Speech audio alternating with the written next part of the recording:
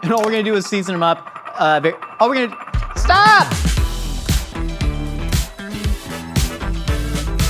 Welcome to Mythical Kitchen, where dreams become food with just a hint of ancho chili for that kick of heat. Someone commented they wanted to see me make hoity-toity celebrity chef dishes using actual accessible ingredients as opposed to blending up a bunch of big bite hot dogs, which is totally reasonable and very cool. So I'm gonna be making Bobby Flay's signature dish. It's something that I had when I was 13 years old at his restaurant Mesa in Las Vegas. It meant a whole lot to me. It is his barbecue duck with blue corn pancakes and habanero sauce. And I'm gonna try and make it for as cheap as possible. This culinary battle is gonna shake down in 3 rounds. It really is though, because we have the 3 steps of the recipe right there. There's time codes, and then we got a full written recipe down in the description. So hey, do you like podcasts? That sucks, they're boring. Well, we have one. It's called A Hot Dog is a Sandwich. It's out every Wednesday. Find it on Spotify, wherever else you get your podcast. New episode dropped yesterday. Let's get cooking, please. All right, so like I mentioned, we are making Bobby Flay's barbecue duck in a blue corn pancake. So I figured I would try and recreate it with some accessible ingredients. Like I mentioned, he's using duck, we're using chicken. It's like a stupider duck, though I think ducks are also quite stupid, to be fair. These are incredibly cheap. I mean, you can get them on sale for 99 cents a pound. They are the cheapest meat and also the most flavorful meat. There's one meat I could eat for the rest of my life, it would be chicken thighs. It's almost impossible to screw up, and I sure have tried. So we're gonna do kind of a play on duck confit, except we're confit chicken fat in lard, which made me think of carnitas, because carnitas, a lot of people think it's just sort of like wet pulled pork, because that's what Chipotle does. Anyways, what carnitas is, it is typically a pig that is cooked in its own lard very slowly. All that fat's gonna render through the chicken meat, leave you some really juicy meat, but then it's also gonna crisp the skin in that lard. So all we're gonna do is we're gonna take, who got me tongs? It's like hands, but don't work as good. All right, so we're gonna take these chicken thighs, and we're making enough for 4 portions here. And all we're gonna do is season them up.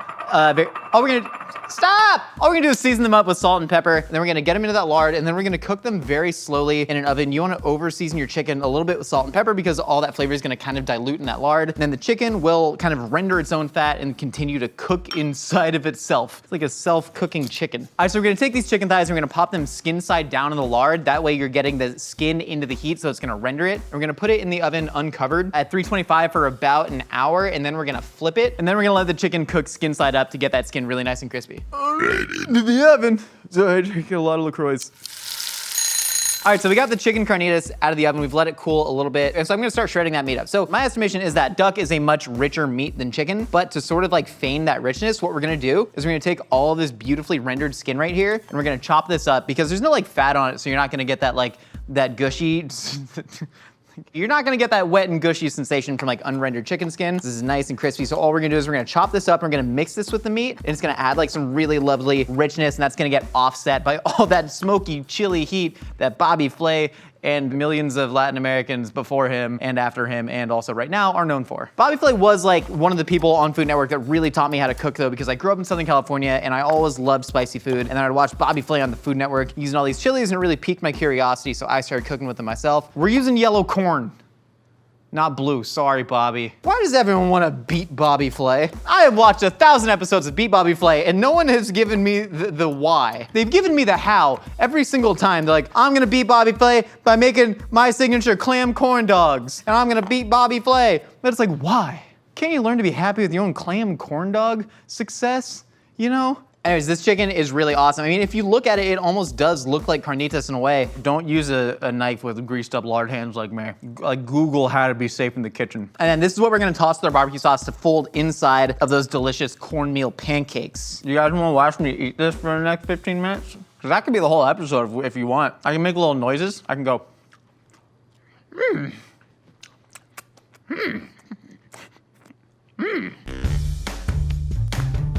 All right, now we are making the 2 sauces that go in this dish. So we have a kind of classic sweet and spicy barbecue sauce. We're using chipotles and adobo, one of like the most potent, delicious ingredients to keep in your kitchen. Like you use one of these chipotles, it's just gonna punch you in the face with that Bobby Flay smoky chili heat. And then we're making a habanero sauce. I think a lot of people are intimidated to use habaneros in the kitchen, but it's like really delicious and easy, and especially if you got that spice tooth. I'm gonna take some canola oil, and we're gonna saute up some onion. We got a single red onion right here. It's like a normal onion, but it's got some purples in it. I'm gonna take about 1/4 of it and use that for the barbecue sauce, just to like sort of give it some body, give it some of that aromatics. I'm gonna save the rest of this for some garnish on top. We're gonna make some like very simple pickled red onions. I think I remembered why people want to beat Bobby Flay so bad. He had a show called Throwdown found with Bobby Flay, where instead of people trying to beat Bobby Flay, what he did is he would show up to random people's events. I assume it was all pre-produced, but the conceit was that Bobby Flay would show up to random people's events and then just go, hey, I'm Bobby Flay, I can cook your signature dish better than you can. And then he did, and that was it. Bobby Flay would just show up to like perfectly reasonable people's places of work and just go, I can do your job better than you because I'm Bobby freaking Flay. If people never watched the original show, then it seems like people are being antagonistic, but no, Bobby Flay was the real antagonist in all of this. So we're gonna add our onions to this oil and we're just gonna get those sort of sweating down. Now we got little baby carrots.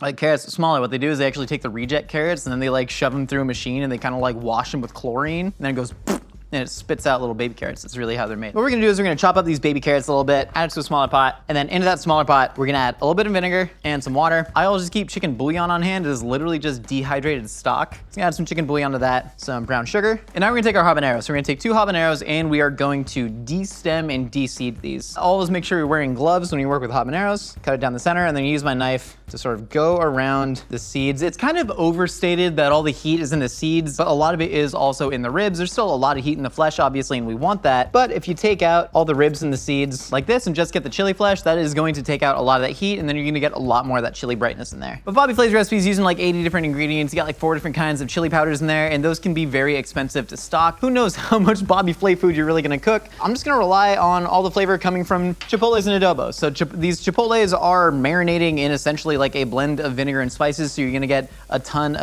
of flavor from that. And so we're gonna add 1 chipotle. Then we're just gonna get that sauteing. You want that chipotle to toast up a little bit in the onions. Then we're gonna add a little bit of black pepper in there, just sort of spice it up, saute that around. We got the habanero sauce boiling. We wanna let that boil for about like 3 or 4 minutes. Then we're gonna add a lot of brown sugar to that. Brown sugar is gonna be found in most barbecue sauces, something that's gonna not only give your sauce a lot of body, but then all that sweetness can really hold a lot of saltiness and a lot of spice in there. And ditto with ketchup. You could also use tomato paste, but like, hey, you got ketchup on hand. And then we're gonna add vinegar to that as well. And we're just gonna let that cook for about 5 minutes to continue to soften the onions, really like bring all those flavors together. All right, so our barbecue sauce is almost done. This is like almost fully formed. All we gotta do is blend it. If you notice here, I have a stick blender. I do not like using stick blenders. They kind of suck for certain things like this. So that's just gonna fly off. We're gonna get like an actual blender in here and we're gonna blend some stuff. And that's how we do it. But just blend, like any blend, like any blender you got. We got a couple Vitamixes set up here. So we're gonna take the sauce. We're not gonna strain the barbecue sauce because I like the kind of chunkiness in the onions. Then we're gonna take the habanero sauce and we're gonna put it in here. And we're gonna try and multitask, something that I'm famously great at. We're gonna try and like do like a nice little 2-hander. Turn on the, damn it, dang it. So what we're gonna do is we're gonna take the barbecue sauce, it's nice and blended up, and we're just gonna get it back in the pot. Now what we're gonna do is we're gonna take this habanero sauce, and we're just gonna get it strained through a strainer, just get some of those chunks out, sort of push the chunks through, and then we're gonna let this sauce reduce for about another 2 minutes, just until it tightens up. The sugars in there are really gonna tighten up, and then you're gonna get some of that carrot in there. All right, so let's continue to reduce the habanero sauce for about 3 minutes. Barbecue sauce is done, we gotta mix that with our chicken, then we're getting to our pancakes! Bobby Flay pancakes, wow!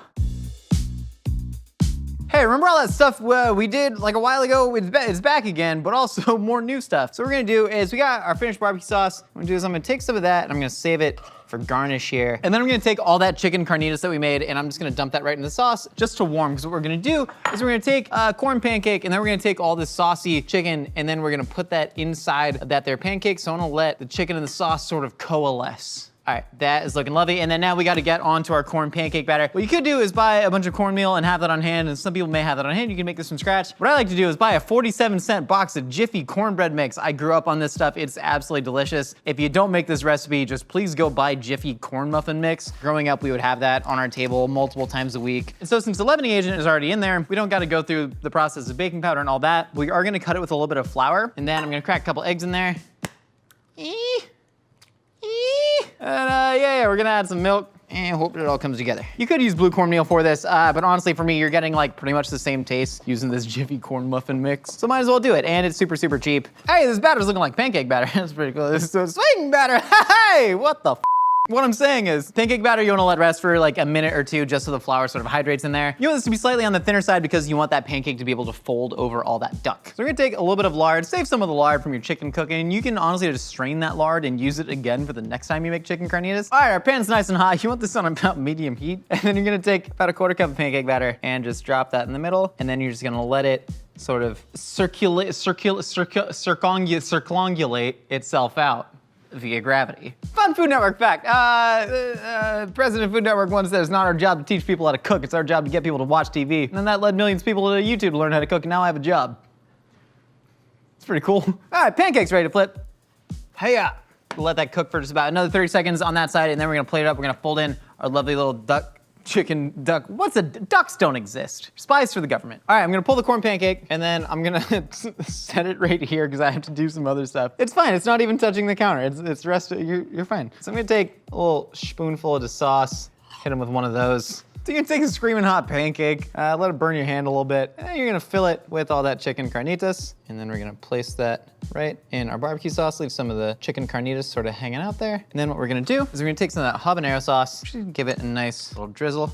Yeah, nice little Bobby Flay drizzle. The old Bobby Drizz. Now, Bobby Flay typically uses some sort of like herb oil to garnish. Herbs are expensive, and you already have a red onion, which is really cool. So all I've done is I've chopped up the rest of that onion. I got in equal parts vinegar and water, a little bit of salt, a little bit of sugar to create the world's simplest and most impressive garnish that is incredibly easy to make. Pickled red onions, and then just place some of those right on top. All right, there you have it. This is Bobby Flay's mock barbecue duck in blue corn crepe, except the blue corn crepe is actually yellow corn. I made it out of a 40-cent box of cornbread mix. And in total, this dish costs, I don't know if you had anticipation built up, but it costs $1.86 for a portion. So this is a really cool thing to make for not a lot of money. And now we're here. Let's eat.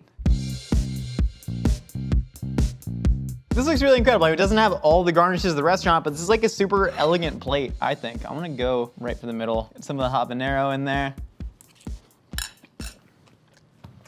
That's really good though. This is really incredible. The chicken, all that fat rendered out, but you're still getting that skin in there, so there's a lot of lusciousness. You need the lusciousness to really cut through all the acid from the pickled onion and all the spice from the habanero and chipotle in there. This is a really fun, awesome dish. I mean, there's no super unordinary ingredients in there. It's all really cheap, but don't take my word for it. Take Annalise's word for it. I'm Bobby Flay. Okay, here you go. Have a spork. Thank you so much. Yeah, no problem. Get in there. Yeah, make sure you get some of the get some of the all of it.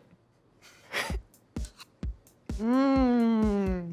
That's what they do on Food Network too. They do. Mmm. Mmm. It feels tiny. Gosh, this is so good. It's good, right? I'm going in to beat Bobby Flay. I am beating Bobby Flay at his own dish, and then I'm moving in with his family, and I'm gonna take over his entire life. Annalise, thank you so much for tasting this dish, and thank you for not putting the camera down your throat like an endoscopy. Thank you so much for stopping by the Mythical Kitchen. We got new videos where you are right now on the channel. We also have a podcast. That's Annalise like produces it. It's on Wednesday. It's called Hot Dogs and Sandwich. There's an Instagram. V does most of the stuff on that one. That's pretty cool. It's at Mythical Kitchen. You can post pictures of your dishes under hashtag Dreams Become Food, and that's about it, I guess. Is there anything you'd like to plug? You got like a book coming out? No. Do you want to tell people to read books in general? Yeah, do you have like a library card? Those are free. You can cook up your own feast while wearing the Mythical Kitchen apron, available now at mythical.com.